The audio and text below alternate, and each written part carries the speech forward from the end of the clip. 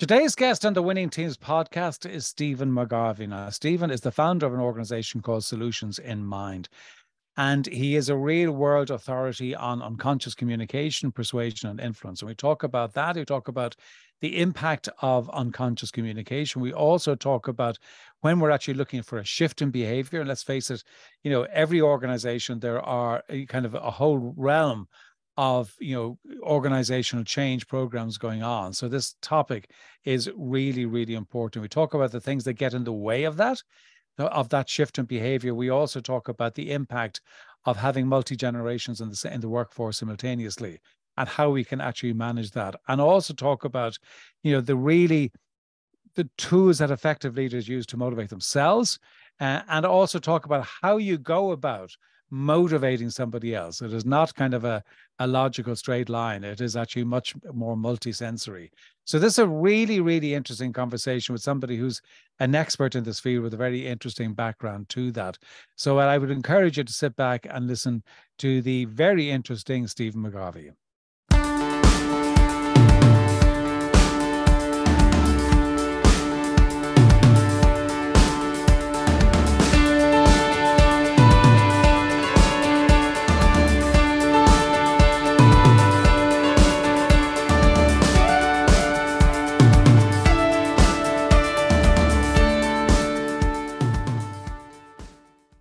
Stephen, thank you so much indeed for joining us today on the Winning Teams podcast. We're delighted to have you. It's a pleasure, John. Thanks for having us. That's great. So you're the founder of Solutions in Mind. You are a world-leading authority on unconscious communication, persuasion, and influence. And, when you think about the world that we're kind of all navigating our way through, which is very, there's unprecedented and rapid change, how critical are those three elements of unconscious communication, persuasion, and influence? John, I think they're very critical. In fact, you're the first person that's asked me that question. I think they're very critical because very often we defend the intention of our communication rather than acknowledging the impact that we've actually had. And so and we'll say things like, well, they misunderstood, they weren't listening, they took that the wrong way, they, as opposed to really looking at, was the impact of my communication in alignment with my intention, or did I elicit a response that was unexpected and unintended? And if so, what was it about how I communicated got that response? So I think that's one of those things that is useful, especially for senior leaders, to really reflect on is my communication having an impact that I intend? And if it's not, how do I self-reflect instead of pointing the finger and say they misunderstood, they weren't listening, they didn't understand? So I think it's very important to really evaluate that. If I could just dig into that a little bit, because one of the things, and you and I, both work with large companies, and I think certainly from my experience, and I'd be surprised if you say any different. I don't think I've ever worked in an organization where they said communication is brilliant around here, right? I don't. Never heard it myself either. No, okay, fair enough. I just thought maybe it was just people I work with, but no, it's not. I didn't think it was either. But so when you talk about that, I mean, it's not for lack of communication, is it? Because, I mean, there is a lot of communication going on. Yeah. And I always think good examples of things like, we talk about things like values, right? I mean, we do a huge exercise and, hire somebody like you or I to come in and do that. And then 3 months later, people say, well, I'm not clear on our values, or we do it on priorities, and you get exactly the same. Yeah. Where has the communication fallen down in both of those situations? I think in a lot of cases, we talk about values, and I always say values, and we talk about this in the book, it's actually a nominalization. A value is not a noun. It's the process of valuing something. So if I value something, what is that something I value? How do we make sure we're talking about the same thing and we're in alignment on that? And then based on valuing that, what are we going to do? So I think where people fall short is defining the behaviors that are going to be reflective of the value itself, and realizing that it's something I value, I place value in. It's not a thing like a noun that you can put on a table. So I can put a word on a table, but valuing something is very different than, we talk about our values and we're going to map out our values and we're going to get clear on our values. And it's important to do that. And I think, and please feel free to agree, disagree as well, because you've got a tremendous amount of experience in this area. I think it's people failed to clearly define the behaviors that they're expecting based on saying they value that thing, whatever that thing happens to be. Yeah. And I think that very often we come up with kind of very, beautifully crafted one sentences, or Yes. short sentences, right? Yeah. But we don't go back to the point you're making. We don't actually dig into it and say, okay, well, what does that mean around here? Because you have things like integrity. I mean, integrity can, but obviously there's nothing wrong with integrity, but it can mean different things in different situations and in different circumstances. And I think we miss, to the point that you're saying, of kind of leaning into what do we mean by that, and what's acceptable and what's unacceptable behavior around that. The other part that I'm just curious about from your perspective is that, and just as you were talking, remind me of it. If it's something that's important and that I value, well, then surely I will talk about it a lot in natural conversation. Not I've got to talk about values and I do it, but in natural conversation. So when it's not talked about in that natural, normal conversation, does it mean that we really haven't got the values right? I think, John, and you well know it, it's one thing to bring in a consultant or bring in experts and do a workshop on, mapping out corporate values and all this stuff. That is very different than people living those out. And to your point, I think for people to live them out, it needs to be something that they value. Like when we talk about corporate values, a corporation is made up of people, and people can have the same label for a value, but have very different criteria connected with that. So I think to your point, really listening to people talking in their daily lives, and do they express those values that we claim are our corporate values?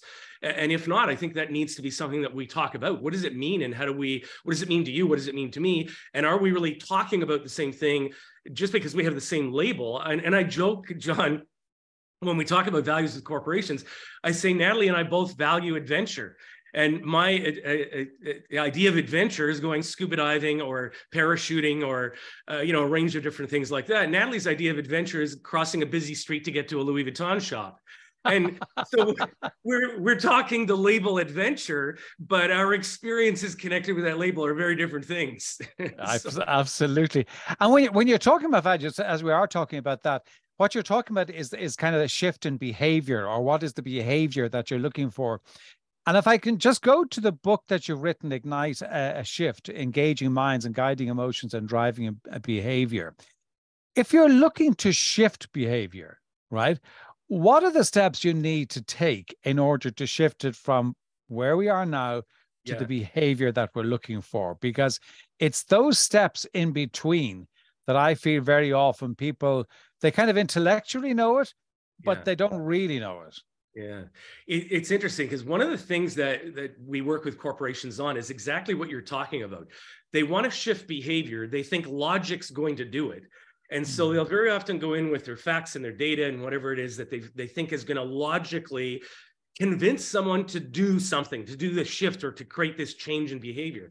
And I always tell people that if you're focused just on behavior, you'll get a lot of false yeses in your life, where people will agree that they'll think about doing it, they'll try to do it, they'll do their best to remember to do it, whatever the it is, the behavior.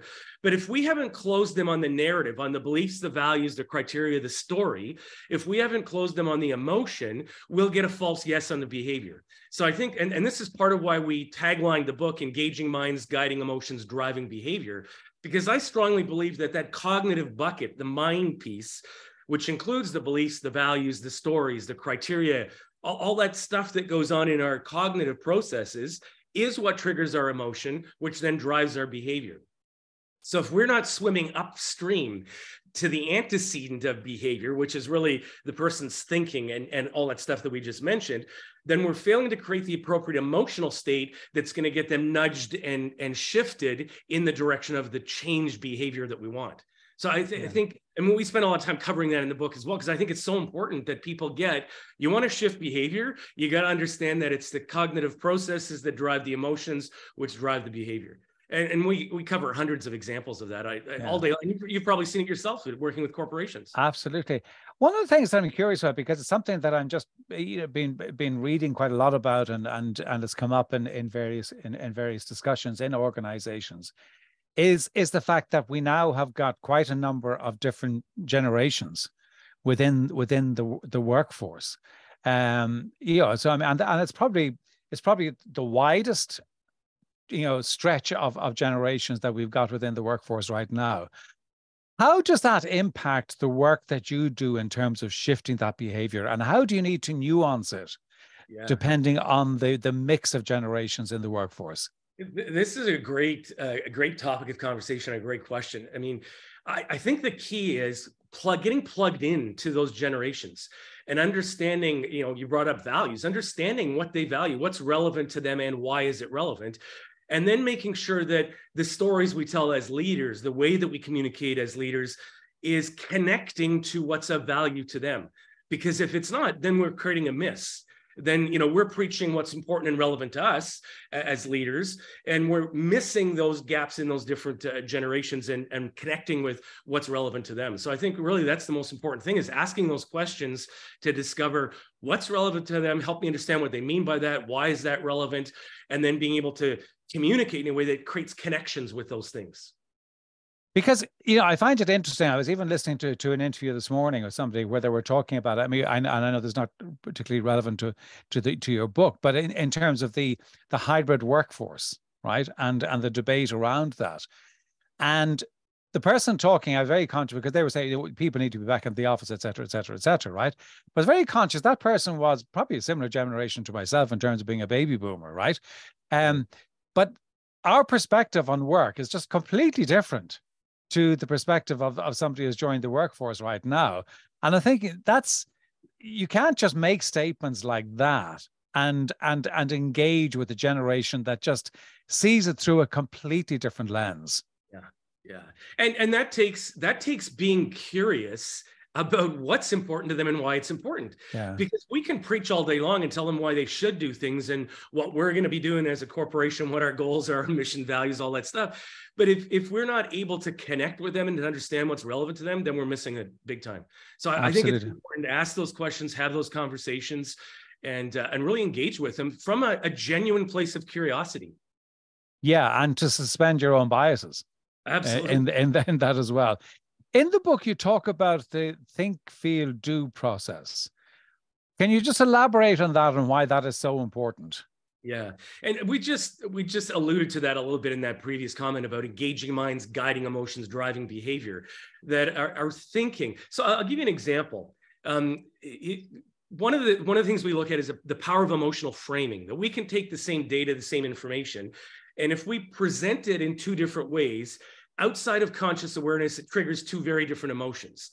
So if I talk about 90% long-term survival, that's a very different frame than if I talk about 10% mortality in the short term.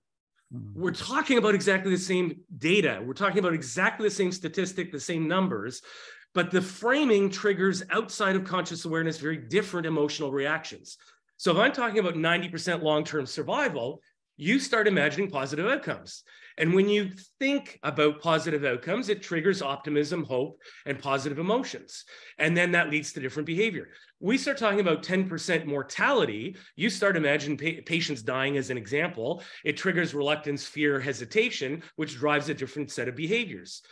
All of this occurs, which is the irony, all of this occurs outside of conscious awareness.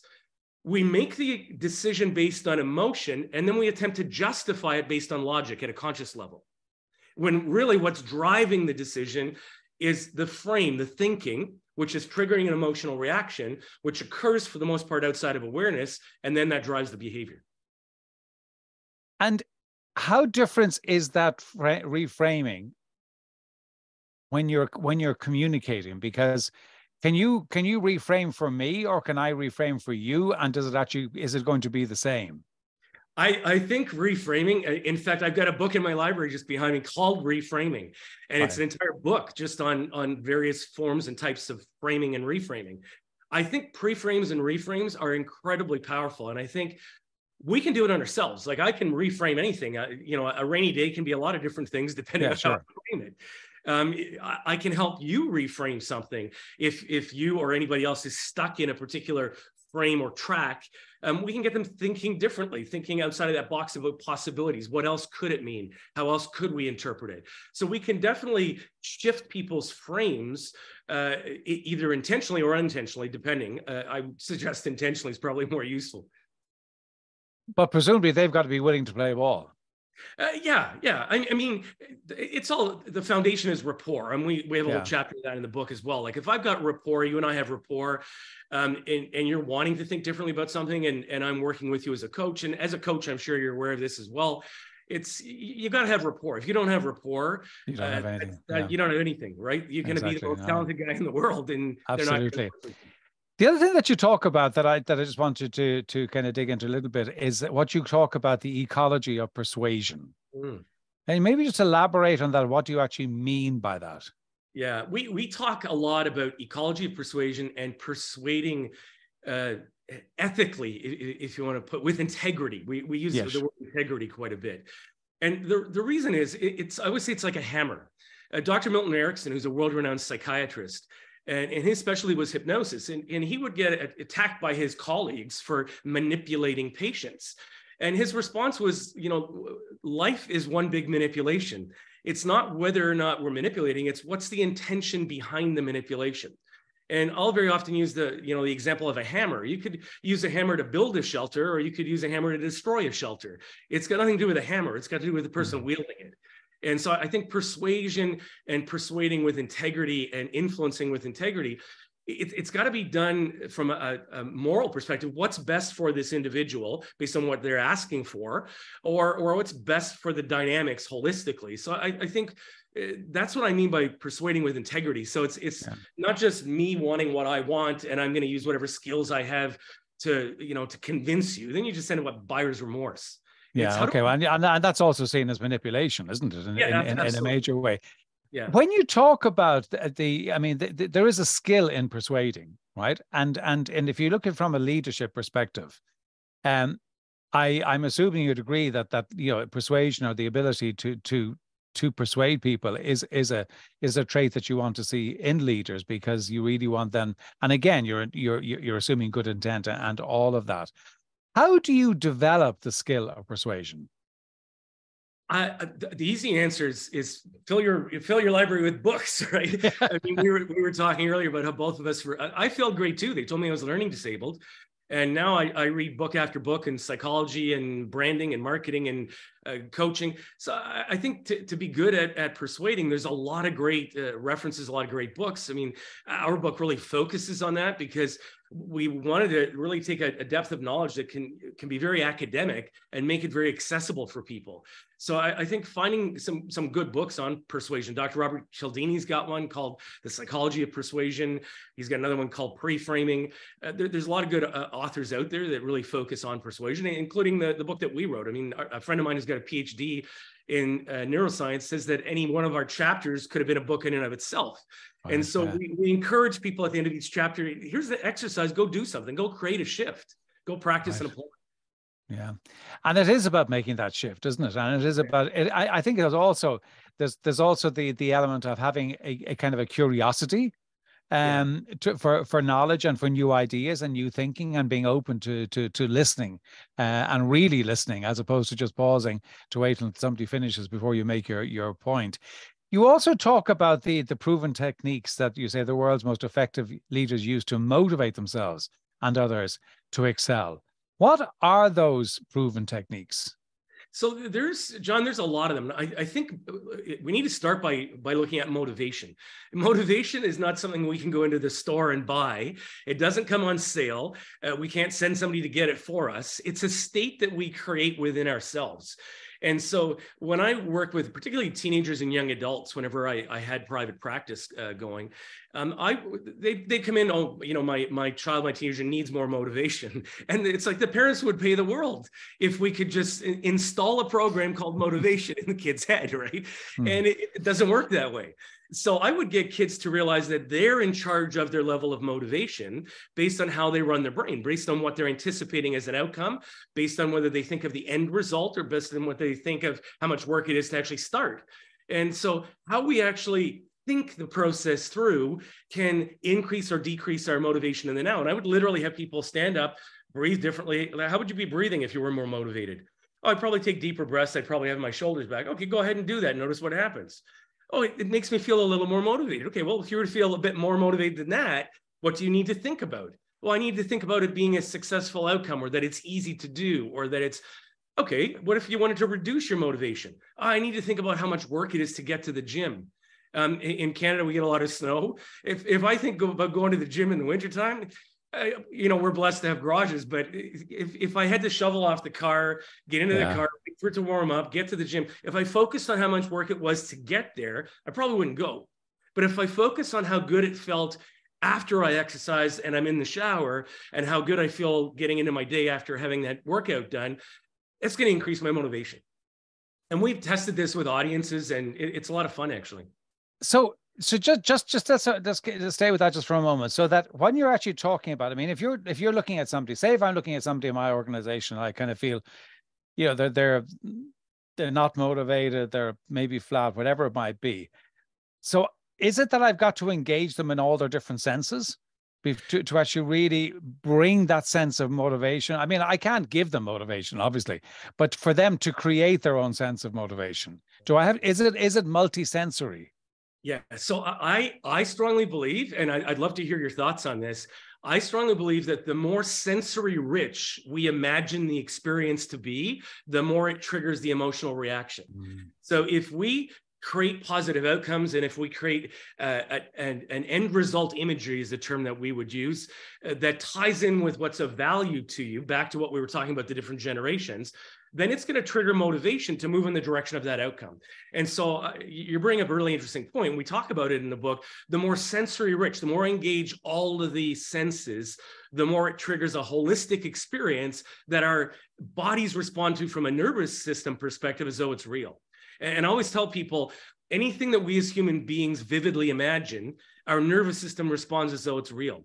And we can test this. I mean, your listeners can test this. How many times have we gone to sleep at night? You're not quite awake. You're not quite asleep. You think a certain thought and your body twitches or jerks. It's because you're physically reacting to what you're imagining as though it's real. Mm-hmm. And so I think leaders need to get this. The more that they engage with story, the more they leverage narrative, the more they engage people on that journey to imagine the outcomes and to fully get their senses involved, the more it triggers those emotions, including motivation as a state. Yeah. I always go back to, I had many, many years ago when I was in school, and I had a teacher, and I mean, technically he was a pretty useless teacher. He couldn't control the class to save his life. Right. But, and he had a problem with alcohol, but one of the things that he was bringing, he loved literature. So he would come in and he would talk about literature. And to us 15, 16, 17-year-old kids, he made literature. He made Shakespeare, Wordsworth, and Keats, and people like that interesting. Yeah. Right. And he actually got us engaged with the topic, even though I would say technically he was a very poor teacher. But we all actually did very well in those exams because he made it interesting and he sparked something in the brain that actually that you just moved towards it and you gravitated towards it. And I think far too often when we talk about motivated people, I do think we forget that we have to, it's not just a logical, it's a bit like we all know we should be fit, right? That doesn't mean that we are, right? So how do you actually do that? And I think that's really powerful. As we come to the end, just in terms of the book that you've written and the work that you do, what's the one idea, Stephen, that you would like to leave our listeners with as they're reflecting on this interview, they're reflecting on the subject matter and the book that you've written? What's the one idea that you would want to leave our listeners with? Apart from buying the book, I mean, but apart from that, what would you like them to kind of really reflect on beyond the interview? I think based on this dialogue that we're having, John, I think values and getting clear on what's important to them and why, so that they can then set goals in alignment with those values and then create an actionable plan to move in the direction of those goals. And I've seen this with, you mentioned your corporate audience. I've seen this where people will climb ladders corporately to chase titles, and then they get there and realize that they're not fulfilled. And so I think to encourage people, it's really getting clear on what's important to you and why. What are those values? And make sure your goals are in alignment with those values. And I think that leads to fulfillment. Whereas if I'm chasing titles and chasing goals that are out of alignment with my values, or not clear on what my values are, that can be very unfulfilling in the long run, and can lead to the ladder being against the, I can race up the ladder, but the ladder could be against the wrong building. Yeah, it's the great Stephen Covey quote, isn't it? Yeah, that he talks about, and it's powerful. Stephen, that is great. 2 questions I have before we wrap up, and that I get you to share with people how they can get in touch with you. Obviously, we put all of that in the notes, but if they're listening, they can do that right now. 2 questions. One, a book other than your own that's made an impact upon you. What's the book and what was the impact? My first response to that is always the Bible. And I know this isn't a religious podcast, but that's the first thing that pops into my head every single time. And I think the reason is it gives us a narrative from a religious perspective. It gives us a narrative of creation, of a story outside of ourselves. And right. I think the more I look into it, the more I see the historical accuracy of it. So I think from that end, I'd have to give you more specifics, because from a real estate, my wife and I have real estate holdings, any of the Rich Dad, Poor Dad series, Robert Kiyosaki. I think those are great starting points to get people thinking differently about money and about what's an asset versus a liability. In psychology, any of the works of Dr. Milton Erickson as a psychiatrist, it really depends. I always get people, tell me what area you want it narrowed down. I know, And then I can give you something more specific in there. Yeah, and I know as a voracious reader as I am, it's, there's kind of many different ones float to the surface when you actually start to think about that. And it does depend on the topic. Daily rituals, do you have them? How are you happy to share them, and how do they support you? I start with gratitude, John. And I think when I wake up in the morning, I like to reflect just on life in general, on how blessed I am to be in the marriage that I am. We've been married for 34 years. To have the life that we live. We travel a lot, and to see people in different parts of the world and how different people live, it just makes me so grateful to be where we are and to live a life in the times that we currently live in, with the access to just so many resources, the learning, the ability to learn. Gratitude to me is one of those big things.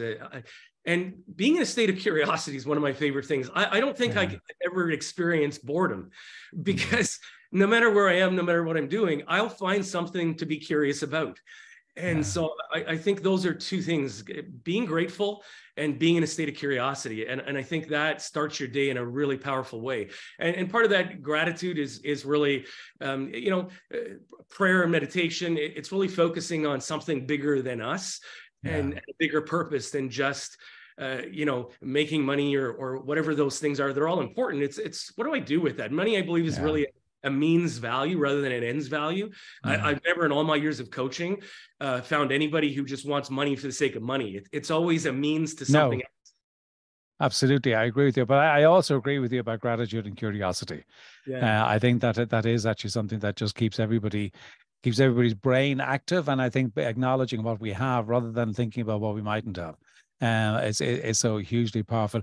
Stephen, this has been great. Thank you so much indeed for joining us. Where can people get in touch with you? How can they reach you? John, it's been an absolute pleasure. I love your accent, by the way. I was saying just before we started that I was born in Ireland. And so I just, it's so nice talking to you. You make me feel warm and welcome. So I can see why you're so successful in business and doing what you do with the corporate world.